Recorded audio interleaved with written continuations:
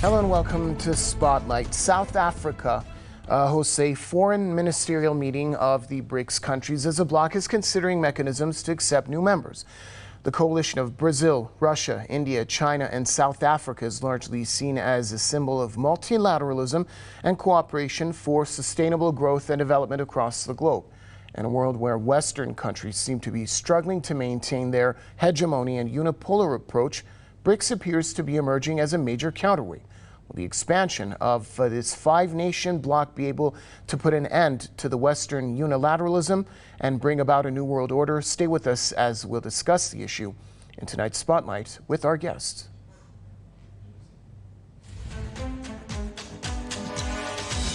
Independent International Affairs Analyst Gilbert Doctorow is joining us from Brussels.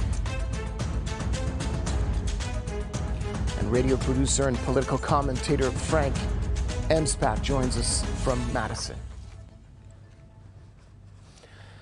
Gentlemen, welcome to the program. Let's start off with Mr. Doctorow in Brussels. Give us your perspective on the significance of this summit given the current global political climate. I think that the BRICS meeting at the foreign ministers level has enormous importance for the further development and expansion of a group that forms a parallel structure for the world as it becomes a multipolar. Indeed, nobody is leaving the existing U.S.-dominated financial and other structures for world governance, but they are creating a parallel structure. The Chinese and the Russians are the most active participants in that. And of course, South Africa and Brazil were among the first partners. And there's a long line of countries waiting in line to join BRICS. The BRICS agenda is presently focused on de-dollarization and creation of world trade that is not subject to the whim and the diktat of the United States. The presence of Brazil as a major factor in creating an alternative currency for the BRICS countries has to have been an important subject of discussion of these foreign ministers today. The adherence, the recent signs that Saudi Arabia is joining or is providing funding to the BRICS Bank based in Shanghai is also of enormous significance. This falls in line with the adoption of national currencies for trading in hydrocarbons, gas and oil. And we have to remember that American global financial dominance going back to the 1970s was established and reinforced over decades by precisely the trading in the single largest commodity in the world, which is hydrocarbons.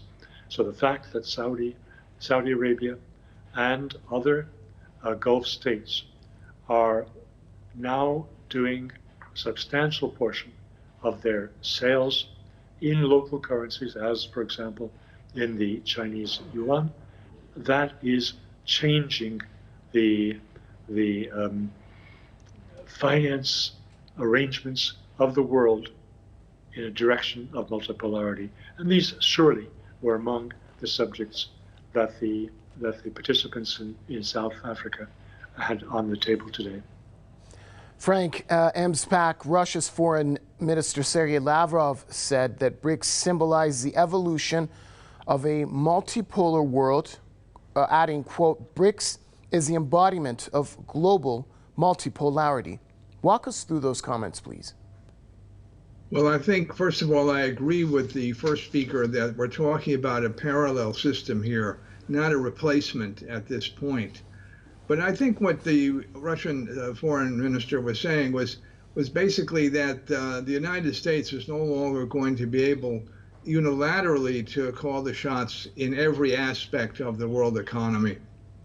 And part of it is that people are looking at really what amounts to the failure or certainly the non-success of the sanctions that the United States has tried to apply to Russia because of the war in Ukraine.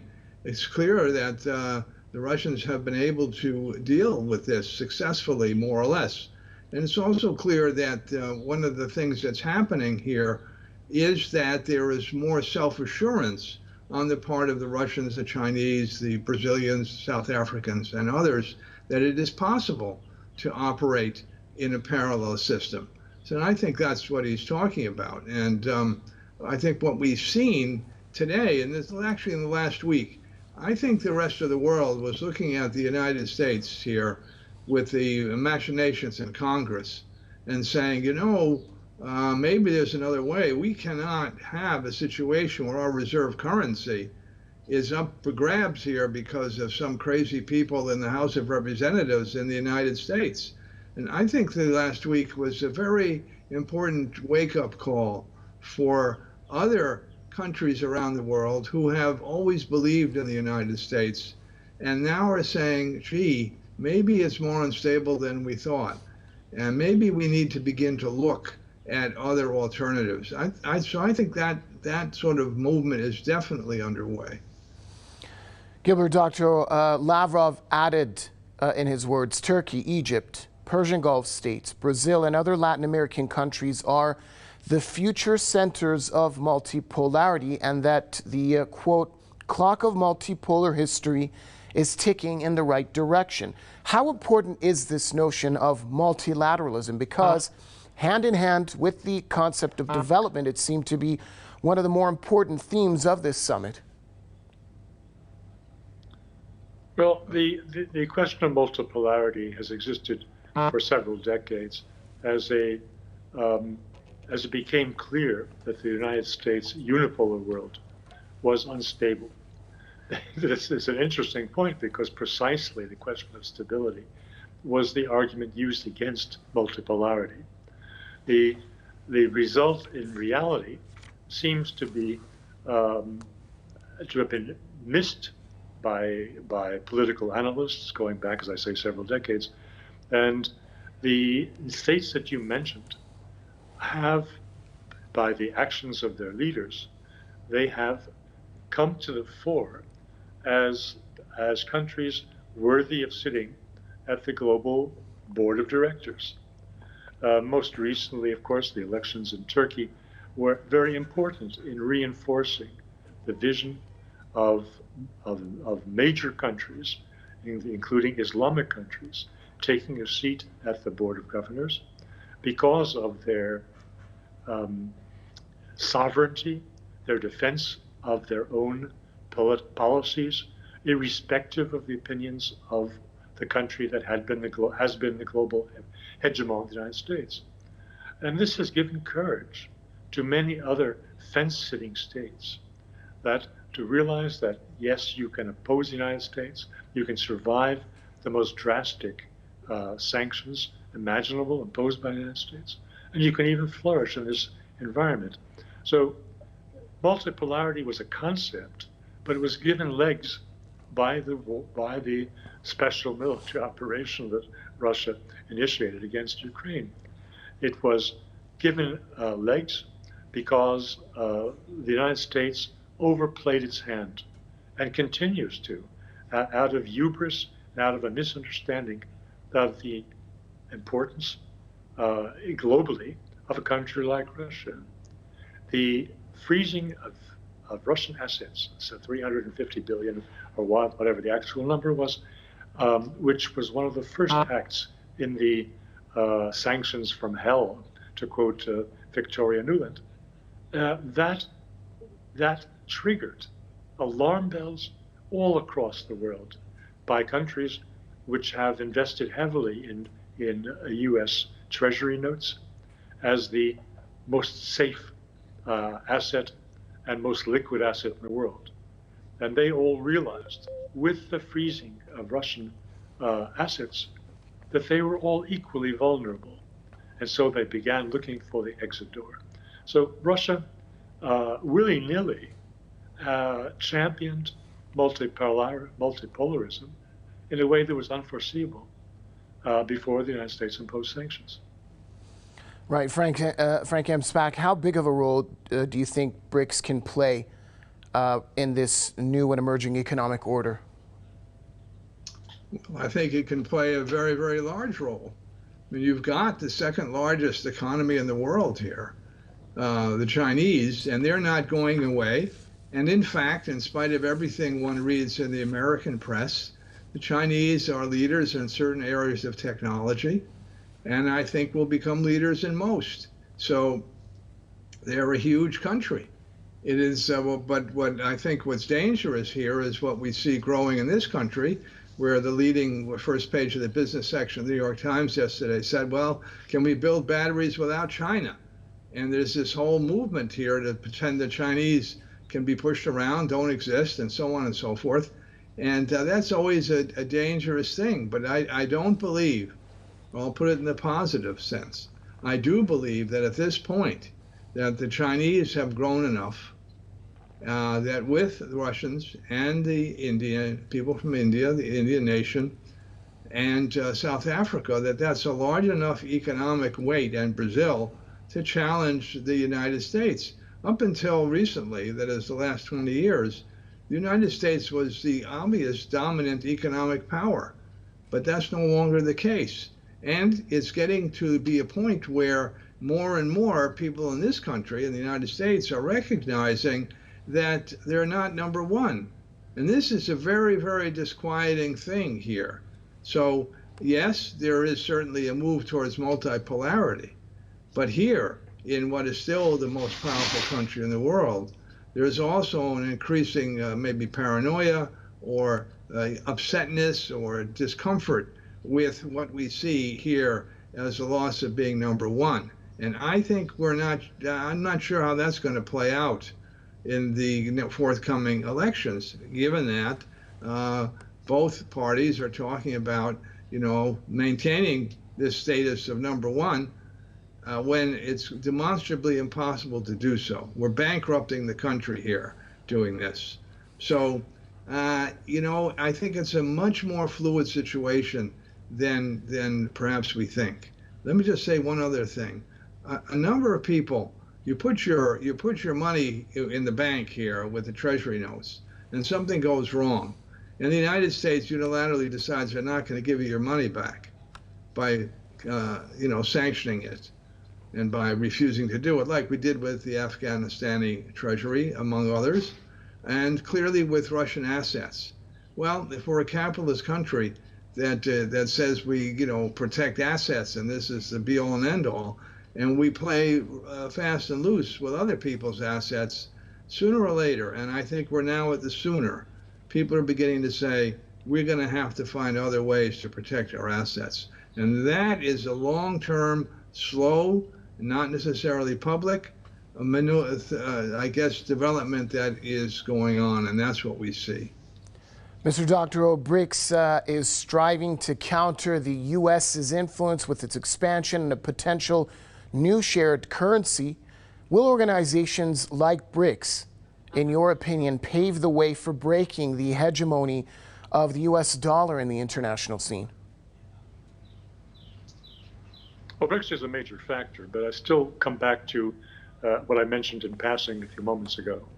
The dollarization and de-dollarization are made and will be unmade by the trade in hydrocarbons, since it's the single largest economy, it's the largest commodity in world trade. And we're now witnessing, week by week, the de-dollarization of trade in hydrocarbons, in gas and oil. BRICS is a good background, a good facilitator, but the real actors are the people who are selling and buying hydrocarbons. And the biggest seller in the world, of course, is Saudi Arabia, and the biggest buyer in the world is China. So I wouldn't focus on BRICS as the end all in this discussion of de-dollarization. The real action is taking place elsewhere. But I also would like to point out that BRICS has a counterpart organization. The BRICS is all about economics and politics, but military, hard power, is in another parallel organization, and that is the Shanghai Cooperation Organization. There you have essentially, it is Eurasian countries, although now there are observer countries and would-be members from farther afield than Eurasia. Looking at the security arrangements, this is also a very important factor in the incoming multipolarity. And there again, you have Russia and China as the founders and drivers of this second parallel organization that is contributing to the reform of global governance. Mr. Emspak, BRICS' bank, the NDB, is laying out a new path to reduce reliance on the US dollar by expanding its portfolio of loans in local currencies. Now, just recently, for example, Tunisia rejected a loan from the IMF, stating that it wanted to join BRICS. Could the NDB eventually become an alternative to the likes of the IMF? Well, clearly that's what they'd like to do. And, you know, the IMF imposes all kinds of internal demands on the countries that accept money from the IMF that are unpopular. We know that neoliberalism, which is what they're selling, contributes to the fall in the standard of living almost any place that it's been applied, that it's extraordinarily unpopular, and that it usually results in the government being overthrown in some fashion. So the way it works is that when that is kind of political unrest is on the table, you then see the United States and Great Britain and others, you know, saying, listen, you know, we're not going to permit this kind of change. Well, I think that from the point of view of the people in Tunisia or elsewhere, if there is an alternative that they can get some capital to improve their country without having to sell their healthcare system or give up their railroads or give up their water rights for a century, you're going to see people take it. And up until recently, I'd say the last 10 years, that source of capital was simply not available. Now, with the Chinese, it is. And so I think you're definitely going to see more and more countries saying, we're not going to be told what to do by the IMF anymore or the World Bank. We're going to make our own decisions about how we should run this place, our country. And now we have the ability, perhaps, to make some of the investments we need. We'll see. I mean, the Chinese could overplay their hand too and make demands on these countries about, you know, repayment and what has to happen internally. I guess we'll see. But right now, the fact that there is a possibility of another source of capital is extraordinarily unsettling, I think, to the elite in Great Britain and the United States primarily. Mr. Emspak, I want to stay with you. Expansion is definitely now on the agenda for BRICS as emerging economies are rallying to join the group. Why are new members rushing to join this organization? Because I think they're upset with what's happening to them with the existing situation. I mean, you have, I don't have in front of me the article I was reading yesterday about a country that was in discussions with the IMF about accepting another loan. But it basically required them to privatize their healthcare system.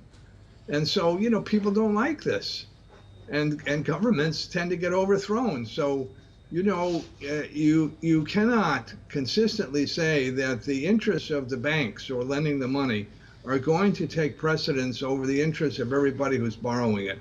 There's got to be a different equilibrium. And if the BRICS arrangements or the Chinese through this bank are willing to offer that different equilibrium, I think people are going to take it. And I think that's what's happening. Gilbert Doctorow, more than a dozen states are interested in joining BRICS. Iran, of course, is one of those countries. During the Friends of BRICS Foreign Ministers meeting in Cape Town, Iran's foreign minister underlined the country's huge capacity, saying that Tehran will provide a reliable partner for the BRICS alliance, as Iran is also one of the leading advocates of multilateralism. What could the accession of Iran mean for BRICS and vice versa? The accession, I'll start with the second half of your question. What does it mean for Iran? It is one more validation of Iran's sovereignty and its global importance. We know about its regional importance, though that's usually accented in Western press in the negative. But you have to look at it globally. Iran is a large manufacturing industrial country with a large population and with great ambitions. And its interest in playing a global role is quite important for the formation of a new world order. What does Iran bring to BRICS? Why is it attractive? Because of its regional importance. And again, let's speak of the same region. As I was saying, the Saudi decision to finance the BRICS Bank is of decisive importance. One can listen to all the fine words, but the reality is where the money is. And where the money is has been jeopardized by the sanctioning of the Russian economy and freezing of its assets, because the Russians are a substantial minority owner of the BRICS Bank, and their ability to contribute to the capitalization of the bank is limited by the freezing of their hard currency reserves. Here you see Saudi Arabia stepping in and greatly enhancing the available funds and commitment to this new alternative to the IMF. Now, Iran is part of that very same region, and it's reaching accommodation with Saudi Arabia thanks to Chinese brokerage means that the whole of the Middle East, or of Western Eurasia, if you look at it from the standpoint of Asian countries, is a major global player. Iran, Saudi Arabia, Turkey, these countries have weight, and Sure. And so they lend substance to BRICS. One last question for Mr. Emspak. How do you think that the U.S. and co. feel about the expansion of BRICS and namely other regional organizations like the SCO, which Mr. Doctorow mentioned earlier? All of these groups are moving in the same direction of changing the current political and economic order. Well, the United States is very upset and opposed to it. Obviously, we're doing everything we can to mobilize against it, both financially and politically, and setting up these defense treaties against China in the Western Pacific, talking about NATO and Japan. I mean, my goodness. Clearly, the United States is opposed to this. The danger here is that this kind of opposition will result in greater warfare around the world in different places. But it also means that here in the United States, I think that you see a greater paranoia, politically and otherwise. And I think that is a danger to our democracy here and will undermine it even further than we already are experiencing. Okay. So I think that there's a lot of negative aspects in terms of the United States looking at this. Nobody here, no major political party has gotten up and saying, let's figure out how we can work honestly with other people here. People were shocked at the arrangements that the Chinese did with the Saudis and the Iranians, shocked. And this is the first time that I know that a major party, a major power, not the United States, has brokered a significant deal outside the United States' purview. All right, thanks a lot, gentlemen. Gilbert Doctorow joining us from Brussels. Frank Emspak joining us from Madison. That's all the time we have for tonight's show. And a special thanks to you, our viewers, for staying with us on tonight's Spotlight. It's good night for now, and see you next time, everybody.